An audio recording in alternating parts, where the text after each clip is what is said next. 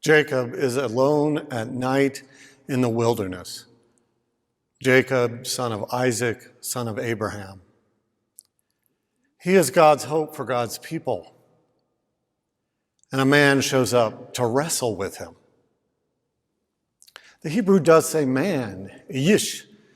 Interpreters of this text have always taken this strange man to be an angel, or maybe even God's very self. He does rename Jacob after the fight, calling him Israel, the name for God's chosen people from there on out. And this is something God does do in Genesis, name people. So it isn't unreasonable to interpret this strange man as God. And Jacob himself assumes that he wrestled with God. The stranger also won't give his name, which is something God was recalcitrant at the least to give. Why does this angel or even God fight with Jacob? What a strange thing to do as God, to send a messenger or to go directly and fight with one of your own chosen people. But I think the whole story of Abraham and his descendants is a story about coming to faith. And faith can be a fight. We struggle. We doubt. We aren't even sure how to interpret our sacred texts. And it's very hard to relate all of these ancient texts with all of their diversity to our modern problems. And even more, the angel or God's very self punches Jacob in the hip, knocking his hip out of joint. Jacob is even wounded by the struggle. Generations later, Jesus and his disciples are in another struggle. It's a struggle to feed an overwhelming number of people with only 5 loaves of bread and a couple of fish. And the disciples rightly feel responsible for the people of faith who have come and have gathered around Jesus. We have struggled too as a church, as a parish specifically.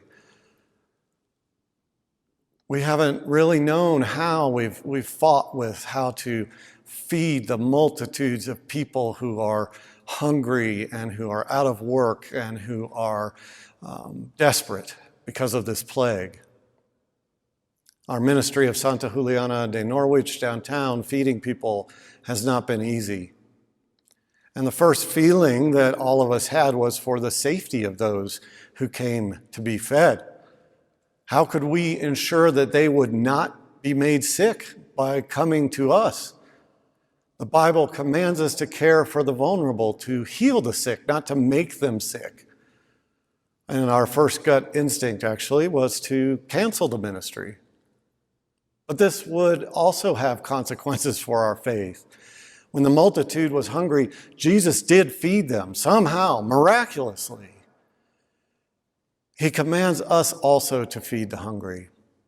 So it was a struggle, a real fight between the imperatives of our faith to feed the hungry and to care for the vulnerable and the sick. Faith is like that. Theology is like that. Reading the Bible is like that. It's a struggle, a fight. We struggle with our faith. We struggle with our sacred texts. It hurts sometimes. But the promise of God to us is the same as the promise to Jacob. Jacob was blessed. The struggle ends in a blessing. Our faith can not only prevail over the struggle, but bless us. God's goal in giving us faith is not to demolish us, but to bless us through the struggle. And we at Christ Church did figure out a way to safely feed the multitudes, and sometimes I feel like it is miraculous. We have gone from feeding about 40 people to feeding over 185 people last Friday. It was hard to figure out. We made a lot of changes each and every week as we learned how to do it more and more safely. And I believe we are not significantly adding to the risk that these poor people face in their daily lives.